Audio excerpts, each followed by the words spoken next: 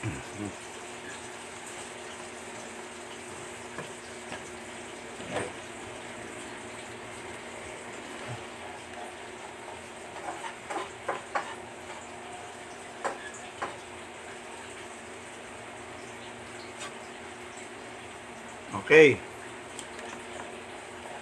Good morning.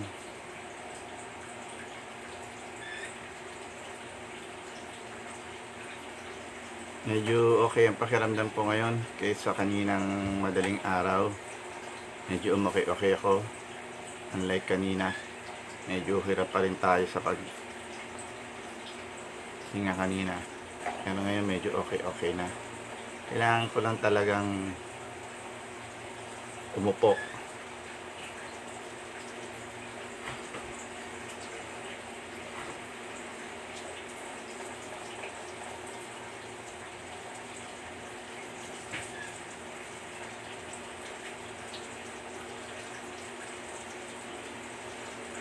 Oy, marami agad nakasilip.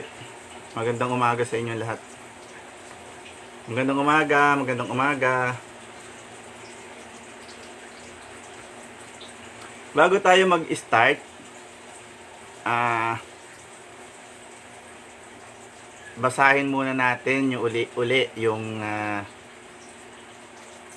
announcement ng DOJ, ng Department of Justice. Anyway, ito pong announcement na to ay hango din po sa Fair Debt Collection Practices Act at iba pang mga batas tungkol sa pag-utang. Ito po yung mga karapatan ng mga biktima ng loan sharks. Hanapin ko lang po muna, no?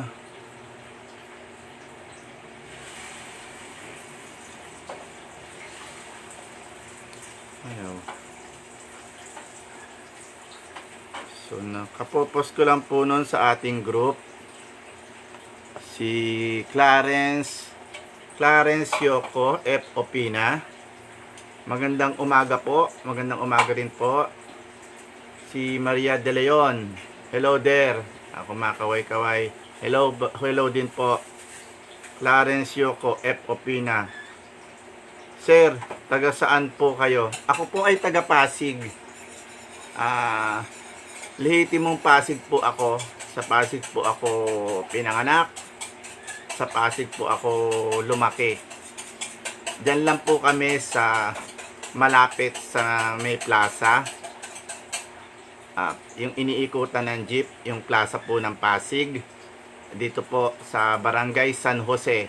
Ang Fiburgos Street, Barangay San Jose, Pasig. Ito po yung papuntang Santa Rosa, Habson, Sumilang. Actually, natira din po kami nung bata pa ako dito sa Santa Rosa, kanto ng Santa Rosa, Habson. Ito po, sa area po ng Sumilang, Pasig. Ayun po. Pero nandito po kami, lampas lang po ng plaza. Sa boundary po ng Katipunan at Barangay San Jose. Yan po. Diyan po ako. Diyan po ako lumaki. Ngayon po ay nandito po ako ngayon sa Kapitolyo, Pasig. Dito po sa San Rafael Street, Kapitolyo. Nakikitira lang muna po ako sa aking pinsan.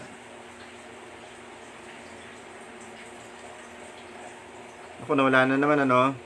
So bago tayo mag-start, no. Dapat ko kasi magbi-video na lang po ako dapat para basahin to kasi kahapon binasa namin to. Ipinost ng isang member. Anyway, nasa mga post ko rin to sa group.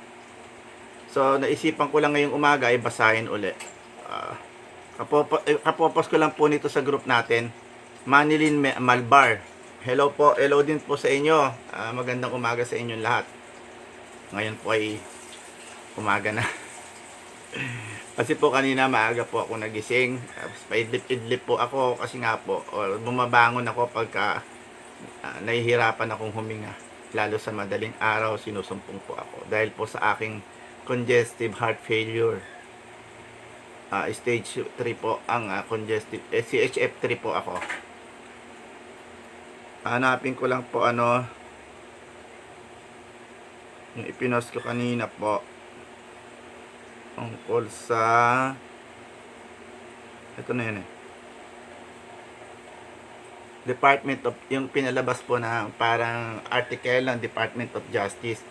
Anyway, kasama ito po yung mga nilalaman ng Senate Bill 1366.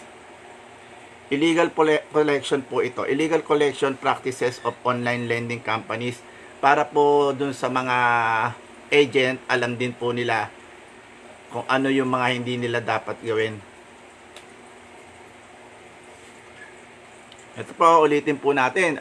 Ito po ay dapat talagang ulit-ulitin kasi lalo po noong after po noong 2019 nung nalabas po yung SB 1366 na isinulong noon ni Senator Gatchalian. At maraming salamat po, Senator Gatchalian. At napansin niyo po ang aming hinaing noong 2019. Isa po ako sa nag-submit sa opisina ninyo. Actually, magkatabi po ang opisina ni Senator Gatchalian, yung extension office niya po. Andun po yung mga staff niya. Magkatabi po yan. At yung office po ni Senator Gatchalian, katapat po yata yung kay Senator Leila de Lima na extension office. Magkakatabi po yan. Nag-submit din po ako sa kanya ng mga dokumento dun tungkol po sa ginawa sa akin ng demonyong financing. Ayun po. Tapos po, natuwa naman po ako dahil si Senator Gatchalian po ang umaksyon agad ng time na yon at gumawa po agad siya ng resolution na Senate Bill 1366. Kaya nitong kasagsagan ng pandemic at kasalukuyang nangangalampag kami, ang grupo, kasama ang mga media, ay naisipan ko po na sabihin kila Sir Ben Paipon na imbitahin si Senator Gatchalian dahil si Senator Gatchalian po ang author ng Senate Bill 1366 noon na parang bumagsak na po yung batas pero parang walang nakakaalam, parang naka-archive hindi ba na-expose yun na may batas na ganun. Kaya nangalampag kami, yun po yung lagi kong sinasabi na walang nagre-regulate. Kasi po naikutan ko po lahat yan na doon ko po nakita kung gaano kaluwag, kung gaano po alagwa talaga, kung gaano po pinakawalan itong mga loan shark na to. Kasi nga po, basta po financing, lending, hindi po sila kontrolado noon ng Bangko Sentral. Hindi po kagaya ng mga bangko na katagaya ng mga bangko po na disiplinado po sila at regulated. Ito pong mga lending ay nagagawa po nila lahat ng kawalang ang gusto nilang gawin. Ang mga sadyang panggigipit ay nakasanayan na nila, naging modus na po nila. Sumobra na po talaga ang kapal ng muka nila at sumobra na po ang pagiging demonyo nila. Para silang immortal na walang kamatayan. Lecture Ann Bailan is watching. Magandang umaga sa'yo. Ito na Naku, nawala na naman nawawala ako So ito lang po. Gusto ko lang pong parang discuss ngayong umaga uli. Para nare-remind uli tayo Pero anyway, kapopas ko lang po nito uli. Itong illegal collection practices of online lending companies para po sa mga ating kaalaman. Due to the increasing number of reports received and endorsed to the Department of Justice. Ito nga po yun. DOJ, Office of Cybercrime, involving unfair debt collection practices and cyber harassment committed by online lending companies, OLCs. The DOJ, OOC, issued a public advisory dated 23 April 2021, enumerating the acts that would qualify as unfair debt collection practices and cyber harassment, and the corresponding violations that victims may file before the appropriate government agency. Ito po yun inilabas ng DOJ noong 2021. Alam ko po ito nung nangangalampag nga po kami then naglabas po na rin po ng advisory ang Department of Justice, kasalukuyan pong nagpa-file kami noon sa NBI. Ito po, kasalukuyan pong nangangalampag kape at nung nade-dead end po kami noon sa SEC at tipong nahihirapan din po ang PNP dahil po ang baksak din po niyan ay sa Department of Justice, sa korte po nila ipapile, at which is malakas sa korte, may mga aso-aso to dito sa mga korte natin, lalo sa korte ng Pasay, andun po sila. Ayun po, ito po yun, baksak din po ang DOJ nitong 2021, pero actually po itong batas po na ito ay bumaksak na po. Ibinaba na po ito ng Senado hanggang sa ipinasa po ito sa Malacanang at pinirmahan po ito ni Presidente Duterte nitong 2021 ay ibinaba po na itong memorandum na to sa mga government office. Kaya itong palabas po na inilabas po ito ng DOJ is nung napansin lang po nila talaga na nagkakagulo na at pumuputok na po, ay ito po ipinalabas ng DOJ noong 2021 ng April. In particular, the acts complained of include the following among others. A. Accessing the debtor's phone book, contact, list of purposes of sending them messages in the event of untimely end or payment. B. Letter B. Posting the debtor's personal and sensitive personal information online for purposes of shaming them. Letter C. Threatening debtors with death and physical injuries if they fail to settle their account balances. And letter D. Using profane language through text messages directly sent to the debtors and to the debtors' references for purposes of shaming them. The above-mentioned acts are violation of the following laws and regulations. The above-mentioned acts are violations of the following laws and rules and regulations. So, Let Diaz, hello sir, hello din sa'yo. A. Republic Act RA number 10175 or the Cybercrime Prevention Act of 2012, particularly the offenses of illegal access and cyber libel. Ayan po. Ito po yung Republic Act RA number 10175. Ito po yung Privacy Act.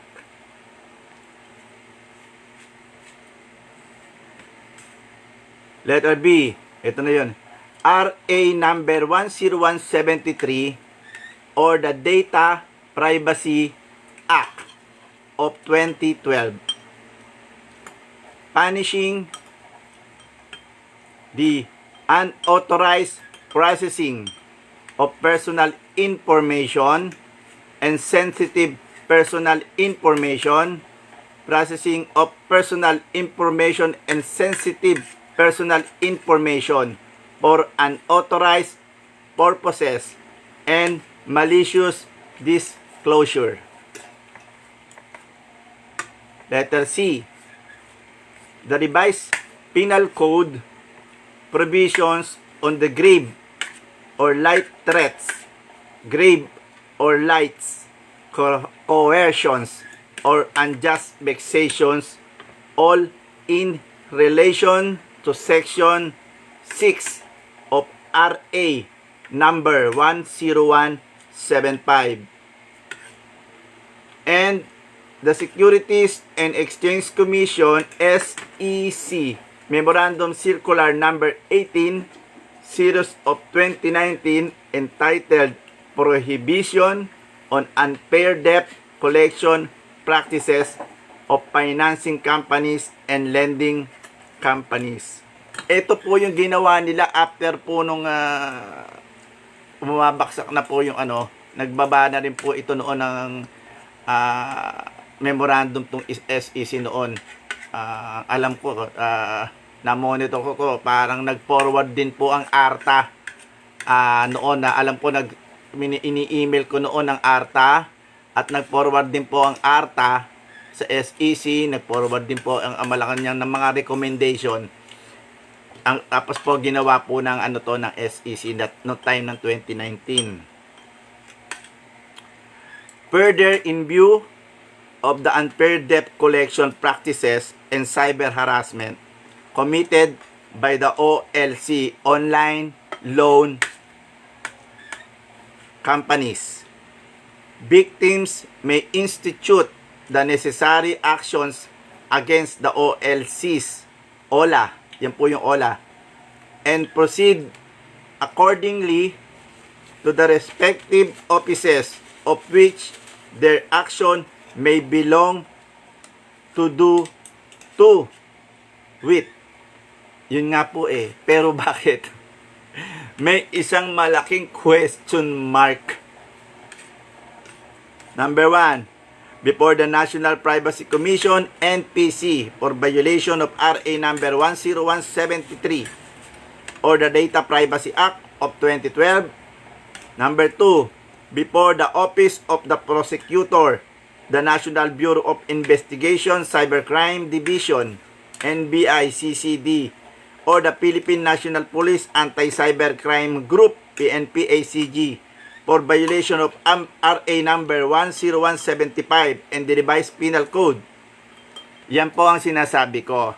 Pag PNP, NBI, ang baksak po niyan is Office of the Prosecutor.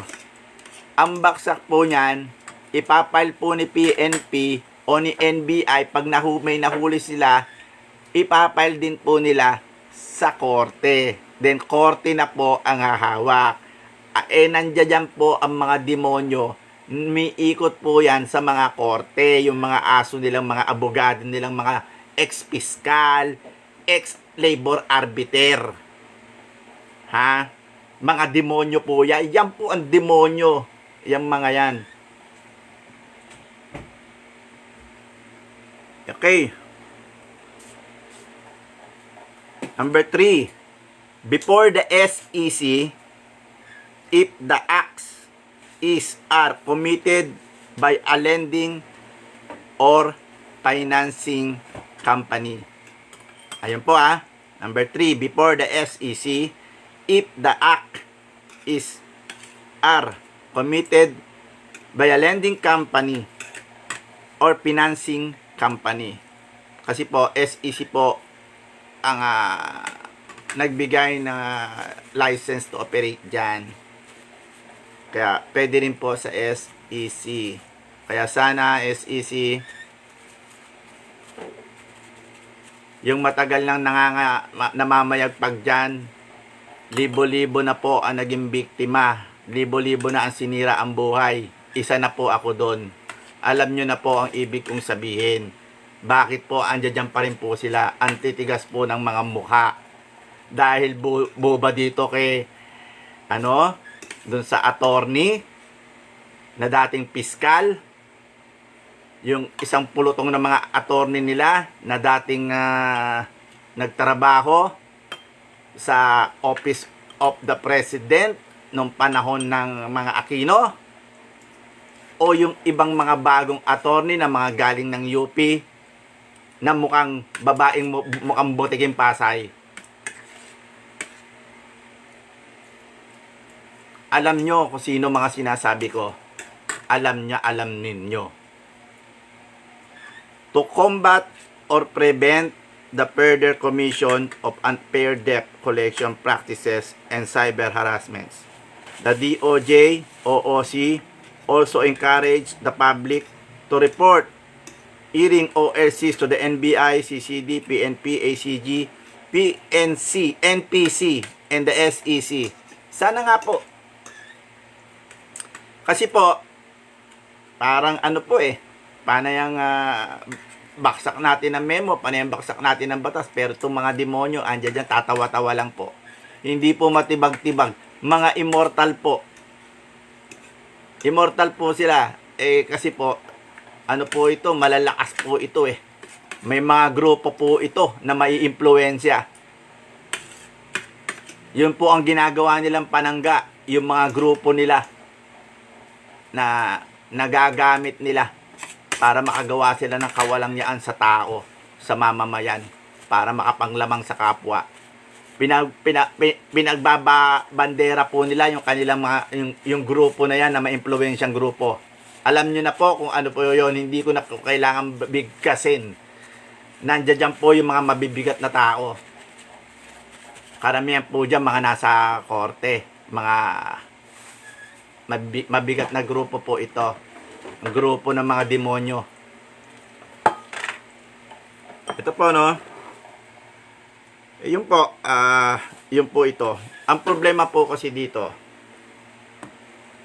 ang dami-dami na po natin ginawang batas, marami yung gumagawang batas, pero nire-respeto ba nila ang batas? Mas nangingibabaw po ang kasinungalingan dito po sa atin. Immortal po ang mga demonyo dito na nandyan po sa larangan ng financing. Actually, yan po ang mga mother company nitong mga OLCs na to. Sila po ang mother company ng mga lending na yan. Malalaking kumpanya po to. Nationwide po ito. At ilan po dito, iisa lang po magsisister. Ang malalaking financing po na yan ay magsisister company. Isa lang po ang grupo na yan. Ganun po sila, ganun po ang networking nila. Ganun sila kawalangya, ganun sila kademonyo. Ang abogado po nito, ng pinaka-mother company nila, ay isang damakmak na asong ulol. Kung tawagin kayo mga asong ulol.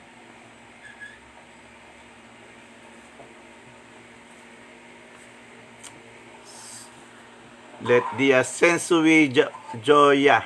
Good morning po, sir. Salamat po sa pagtulong sa amin. God bless po. Ayon. So, sige po. Message po kayo. At ano lang po ito. Itong live na to ay ginawa ko ngayong umaga. Para lang basahin uli itong memo na galing sa DOJ noong 2021. Nahango din po ito sa pinagsamang Unfair Debt Collection Practices Act at Privacy Act. Yan po yung madalas tinatamaan o ginagawa na hindi tamang ginagawa nitong mga lender na to. Sige po. Muli, magandang umaga po sa inyong lahat. Salamat po sa mga nakasilip. At mamaya po, baka sakali makapag-live uli po tayo.